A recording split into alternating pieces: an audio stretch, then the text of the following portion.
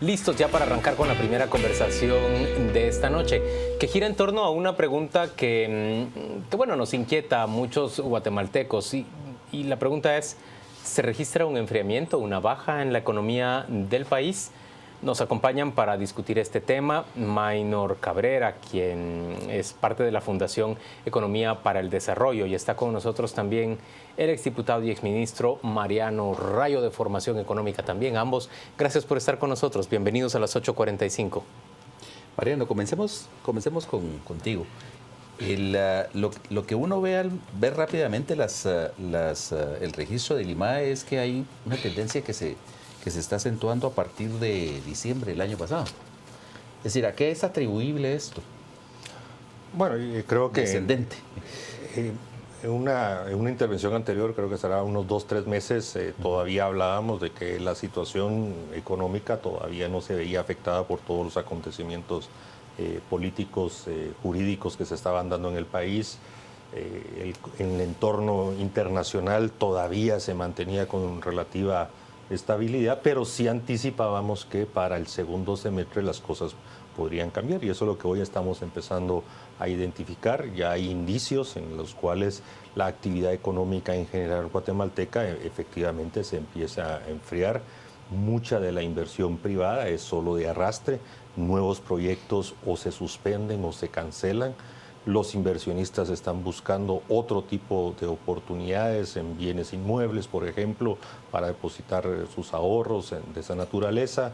Los mercados internacionales, en términos generales, con excepción de Estados Unidos, también están demandando menos productos. En fin, ya hay una constelación de temas, de variables que empiezan a incidir, y evidentemente el tema político en Guatemala, el tema jurídico, la suspensión, no las voy a calificar, de algunas cosas de tipo de la industria extractiva, en fin, todo eso ya empezó a lo que lo he denominado la ansiedad como la nueva normalidad. Maynor, uno habla con banqueros por estos días en el país y ellos dicen que los comités de crédito de cada uno de los bancos tienen poco trabajo, que en términos generales hay una escasa demanda de créditos nuevos. Sí. Y lo sustentan presentándole a unos cifras comparativas entre el año 2015 hasta el mes de mayo y el año 2016, de un crecimiento de la cartera crediticia de un 5.85 en el 2015 a un crecimiento del 0.86 en el 2016. Pues ellos creen que eso es suficiente para ilustrar que la economía del país realmente va hacia un enfriamiento o hacia un frenazo. ¿Se puede ver así? ¿Compartiste ese análisis? Sí, comparto el análisis. Yo creo que la situación de los bancos no es la única evidencia que se tiene que la economía se está enfriando. Ya lo decíamos anteriormente, hay un indicador que mide la tendencia de la actividad económica en el corto plazo, que es el índice mensual de la actividad económica. Este índice viene creciendo a una menor tasa desde febrero de 2015, que llegó a 4.9. Cuando llegamos al mes de abril está a un 2.7, o sea, ahí sí que habíamos llegado a un punto más alto y ha venido de retroceso. Otro tema muy importante que hay que tomar en cuenta son las exportaciones. Guatemala depende del comercio exterior. Y las exportaciones han tenido un estancamiento muy fuerte. De hecho, Guatemala exporta lo mismo en el año 2016 que lo que exportaba en el año 2013. No había un crecimiento del valor de las exportaciones. Esto se debe en gran parte, o sea, han habido factores que han favorecido que Guatemala no esté peor. Por ejemplo, Estados Unidos, ¿verdad? Porque la economía de Estados Unidos ha estado bien. Pero ¿qué ha pasado en los últimos, más o menos en los últimos 5 o 6 trimestres? Las cifras de crecimiento de Estados Unidos también están mostrando ese mismo enfriamiento. No es una caída estrepitosa, pero sí cada vez menos. Y obviamente ahí sí que el vagoncito de la economía de Guatemala está impulsado por el tren tan grande que es la economía de Estados Unidos. Y eso se explica pues que también la caída ha sido gradual. Ahora, pero digamos, siempre en la economía, aparte de los precios que puedan tener las importaciones o de la demanda que puedan tener las exportaciones, hay un componente psicológico. Sí. Es decir, y uno de los componentes psicológicos que se está argumentando aquí en Guatemala es que la persecución que hay contra empresarios ha puesto a la defensiva a los posibles inversionistas. ¿Cuán válido es este argumento, Mariano? El psicológico, correcto, ya un año completo del destape de toda esta situación de corrupción. Ya no solo se señala a los corruptos, ya los corruptores están siendo identificados, señalados y ya están entrando a procesos judiciales. Yo diría, primero, es bueno para el país que esta limpieza que se esté dando. Más sin embargo, las repercusiones, las olas, esas expectativas. Por eso yo terminaba mi intervención anterior, ansiedad como nueva normalidad. Y cuando uno está ansioso, posterga decisiones, suspende decisiones. Prefiere ser más cauto. Prefiere ser mucho más. Por eso se están refugiando en bienes inmuebles. Por eso se están refugiando en adquisiciones de cierto tipo y no invirtiendo, por ejemplo, en nuevas empresas, puestos de trabajo, en fin. Y entonces, todo eso en su conjunto, y como correctamente Maynor nos relataba, está ya empezando a tener su incidencia. El año 2016 no terminará como estábamos previendo a principios de año. Pero yo quisiera insistir en la pregunta de Gustavo.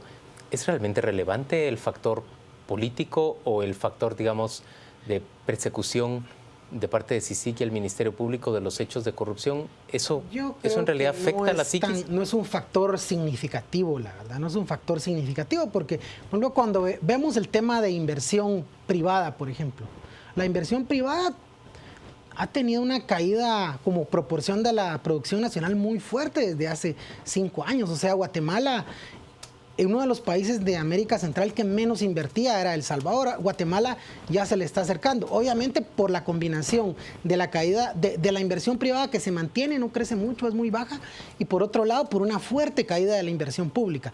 Esto tampoco apuntala a que el país sea más competitivo, a que tengamos, pues, no sé, nuevos proyectos que dinamicen ciertos sectores del país. O sea, seguramente tendrá algún efecto toda esta situación, pero obviamente seguramente algunos están buscándolo como, ahí sí que como para echarle la culpa de que esto está pasando. Y yo creo que, bueno, y obviamente también hay que tomar en cuenta que parte de la economía pues no se mueve solo de forma lícita. Este motorcito de crecimiento que teníamos de economía ilícita, obviamente ahorita pues está bajo control, ahora no tenemos eso, pero como dice Mariano, si no está creciendo la economía por esta parte ilícita que está dormida en este momento, también yo creo que no es algo necesariamente negativo, ¿verdad? Ahora, en el caso de la economía ilícita, es decir, bueno, estamos nada más controlando una parte es una puntita de un inmenso iceberg, ¿no? Absolutamente. Es decir, a las alcaldías aún nadie las toca. A las alcaldías nadie las toca. Es decir, todavía puede que haya un grandísimo flujo de dinero, no necesariamente limpio, en los departamentos. Total y absolutamente de acuerdo. Y efectivamente solo estamos viendo una ínfima parte de lo que la economía ilegal, informal, oscura, oculta, negra. Hay distintos términos para distintos fenómenos. Definitivamente estamos muy influenciados por eso. Mucho de eso genera, por ejemplo, el tema del consumo, ¿no? Nuestra economía está fundamentada mucho en el consumo, no tanto en esas inversiones. Yo comparto con Maynor, no solo la caída drástica de la inversión privada, acrecentada a los acontecimientos, la casi implosión de la inversión pública, no suma en absoluto a que tengamos una perspectiva más favorable. Mariano, hablemos del sector por sector. Hablemos de la construcción, por ejemplo. El dato al día de hoy es que 170,000 metros cuadrados de construcción prevista para el municipio de Guatemala se encuentran paralizados por falta de licencia de construcción. Eso sin duda afecta a una economía relativamente pequeña como la guatemalteca. Estamos hablando de un volumen importante en el centro neurálgico de consumo del país. No, efectivamente, y aquí tiene que ver los efectos, yo diría en algunos casos muy positivos, de lo que está pasando con esta limpieza que debe de continuar y ser mucho más profunda. Entonces, mucho funcionariado dice, bueno, ya las cosas no son como ayer. Hoy, al pie de la letra, cada norma, ley que establece y que se tiene que cumplir por todos. Y como esas normas, para muchos son nuevas, a pesar que están vigentes, atrasan mucho, por ejemplo, el tema de las licencias de construcción. Hoy es cumplir pasito a pasito como lo dice la norma. En el Ministerio de Ambiente tenemos esa presa inmensa de autorizaciones porque se tienen que cumplir tal como dice la norma. Entonces, sí tiene la razón Juan Luis, construcción está siendo afectada precisamente por la no extensión de licencias. ¿Y no puede agilizarse eso? Tiene un peso muy importante para la economía, ¿o no? Bueno, pues efectivamente a lo que hablábamos anteriormente, ¿verdad? La ineficiencia que tenga el sector público, incluso la aplicación de ciertas normas, ¿verdad? Pues obviamente tiene un impacto económico fuerte, ¿verdad? Así como vos decís, o sea, la economía guatemalteca es tan pequeña que lastimosamente muchos negocios dependen del Estado, algunos directamente y otros indirectamente en este tema de las autorizaciones. Yo creo que, bueno, es parte de las cosas de ir construyendo una mejor institución, pues obviamente es de ir limpiando, ¿verdad? Todo eso sucio que está acá y ha ido saliendo, pero también obviamente hay que darle vitalidad al sector público para que, pues ahí sí que haga que la economía sea más competitiva, porque de hecho, cuando uno ve los rankings de competitividad de Guatemala, ¿cuál es uno de los factores donde Guatemala sale peor? En la calidad del gobierno, ¿verdad? O sea, el gobierno hace que Guatemala caiga en los índices de competitividad. Y no es un problema del gobierno, es un problema de todo el país. Entonces, es algo que hay que empezar a hacer para ir reconstruyendo el país, hacer que el gobierno sea más eficiente en todos los sentidos. Y obviamente otro factor, por ejemplo, en el que también sale Guatemala es que no dota de trabajadores capacitados, de infraestructura adecuada, y obviamente el gobierno pesa mucho en el caso de Guatemala para que estemos tan mal en los rankings de competitividad. Ahora, Maynor, en el caso del consumo, bueno, hablamos que este es un país que es básicamente sostenido por el comercio, ¿no? Sí. Pero llama la atención, por ejemplo, de que si bien es cierto hay quejas en que bienes de consumo duradero como automóviles, como electrodomésticos están descendiendo, por otra parte vemos la paradoja de que en la SAT aumente el IVA, la recaudación del IVA. ¿Cómo se explica esto? Bueno, yo creo que en este año es un año atípico, ¿verdad? O sea, regularmente la recaudación tributaria aumenta vegetativamente conforme crece la actividad económica, pero en este año yo creo que también hay que darle cierto, pues, reconocimiento que han habido acciones de la SAT que han estado, pues, influyendo esa tendencia, ¿verdad? Obteniendo recursos más allá del crecimiento vegetativo de los impuestos que tenía. Te lo planteo de esta manera. Entonces, quiere decir que a lo mejor el consumo sigue siendo el mismo, pero lo que está cambiando es nada más que ahora se reconoce el consumo en forma de facturación. Puede ser, claro, puede ser, exactamente. La recuperación de impuestos caídos, ¿no? O sea, Sí. todo tiene... Y hay un tema que yo quisiera... Es un año atípico, no lo tomemos ¿En qué sentido es atípico? De la recuperación de muchos impuestos no pagados. Ya. Si quitamos los 900 millones de aceros de Guatemala, en fin, todos esos que están pagando, vamos a ver realmente cómo se está comportando en este caso el IVA, por darte un ejemplo. Okay. Entonces, ese ejercicio hay que hacerlo, limpiarlo y vamos a percatarnos realmente cómo va la recaudación. Hay otros temas que vienen, estábamos conversando fuera de cámara, el tema de la reforma a la ley orgánica de la SAT, cómo se va a implementar. A mi criterio pasarán unos 18 o 20 meses antes de que veamos algún efecto de estas reformas, cómo ingresan esas 1,000 personas que están en proceso de contratación, cuál va a ser el impacto en el trabajo de la SAT, todo en función de cómo aumentar la recaudación, ¿verdad? Señores, vamos a hacer una pausa comercial, pero al volver vamos a conversar sobre otros factores que pueden o no incidir en este enfriamiento de la economía. Por ejemplo, la conflictividad en torno a proyectos hidroeléctricos en todo el país ha detenido buena parte de la inversión y coloca en situación en predicamento a los bancos que financian esos proyectos. Sin duda el caso de TCQ, la terminal de contenedores del Puerto Quetzal, también es un caso relevante para revisar, y por supuesto la constricción de gasto de parte del Ejecutivo a nivel nacional. ¿Cuánto está gastando realmente? ¿Está o no ejecutando presupuesto el gobierno? De todo eso hablaremos al volver de esta comunicación con nuestros anunciantes.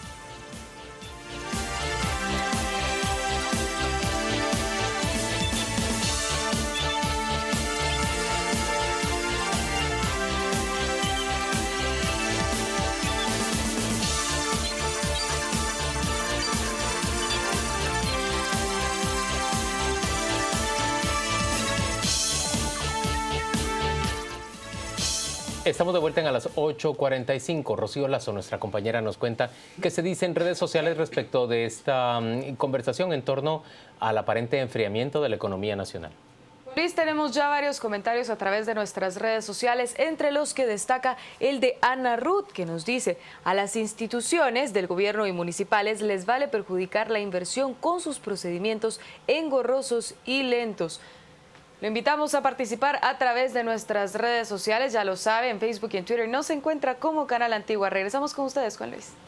La pregunta fundamental, señores, es si puede revertirse esta tendencia que pareciera estar empezando a marcarse. ¿Y de qué manera, Mariano? Bueno, un muy corto plazo no veo la forma de revertir eso. Por el contrario, insisto, el año 2016 terminará con una tasa de crecimiento, sugeriría yo, un poco menor a la que estaba programada. Eso va a obligar a que presupuesto 2017, el de la Nación, también en sus variables fundamentales tenga que ser revisado. No podemos trabajar con lo que teníamos en marzo, abril de este año.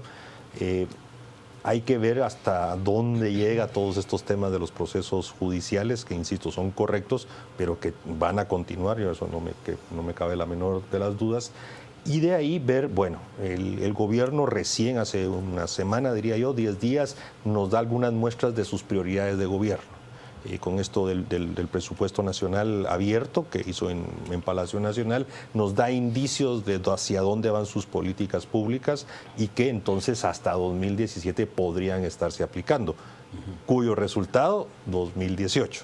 Entonces estamos sí pensando, yo diría, en un enfriamiento, no una caída, no una debacle, todavía no estamos en eso. No creo que tampoco lleguemos a eso, pero final 2016, 2017, años duros. Ahora, pero a finales del año pasado, bueno, principios de este año, mejor dicho, por lo menos se solventó un conflicto que era lo de la ley para proteger a las maquilas y que en el paquete se metió también a los call centers. Sí. ¿Esto no sirve de incentivo? Bueno, pero es que es un sector que la verdad que ha sido importante, pero es un sector que enfrenta una competencia feroz a nivel internacional. O sea, Guatemala, ¿qué tendría que haber hecho, digamos, hace 20 años del 2016? Pues ver cómo la maquila de textiles se transformaba en una maquila que produjera productos más complejos, pero no lo hicimos, nos quedamos estacionados en esa parte. Entonces, en realidad, textiles producen muchos países en otro lado. Lo que tenemos es la oportunidad de estar cerca de Estados Unidos y venderles rápido. O sea, Minor, pero esa ley afectó a las zonas francas y se prevé que 125 de las 287 empresas que funcionaban ahí están saliendo del país. Pero qué te dijera yo, en realidad tampoco hay datos. El Ministerio de Economía nunca ha tenido buenos datos de esto, incluso se tiende a exagerar la dimensión del sector. Es muy importante, lo que es importante en términos de valor agregado y generación de empleo es la parte de vestuario y textiles, que es donde Guatemala en esa etapa de la industria ligera se quedó y ya no dimos el salto hacia adelante. Entonces yo creo que más bien no es un tema de que esta ley, sino más bien que Guatemala pues va a tener un nicho de mercado muy pequeño. Por ejemplo, otros países de la región ya se salieron de esto, otros están viendo la ruta de salida de los textiles. Entonces tal vez Guatemala, dado que ha logrado, digamos, aguantar el sector, ¿verdad? O sea, algo mucho más fuerte que perder esto, que dejar de pagar el 1% de impuestos, pues, o el 5%. O sea, eso Mariano, no afecta. cierra esta conversación. Primero, yo creo que hay que aclarar, la ley la denominaron ley de conservación del empleo. O sea, lo que se logró fue detener la salida de muchos. Dos, el sector industria, textiles, sí ha dado pasos cualitativos, ya no es el ensamblaje, hoy tenemos paquetes completos, altamente tecnológicos, hay mucho valor agregado que se le da aquí en Guatemala y es una industria que presenta hacia futuro grandes retos y que puede aportar. Muy pequeño para las necesidades que tenemos. Eso sí, habrá que repensar toda la estrategia de exportaciones del país. Recordemos, ahorita no solo es la industria de textiles, a pesar que es el principal sector exportador no tradicional, pero todo el otro ámbito de frutas y de biológicos, en fin, eso habrá que hacerlo, pero no resuelve el problema de hoy, que es lo que nos está llamando la atención.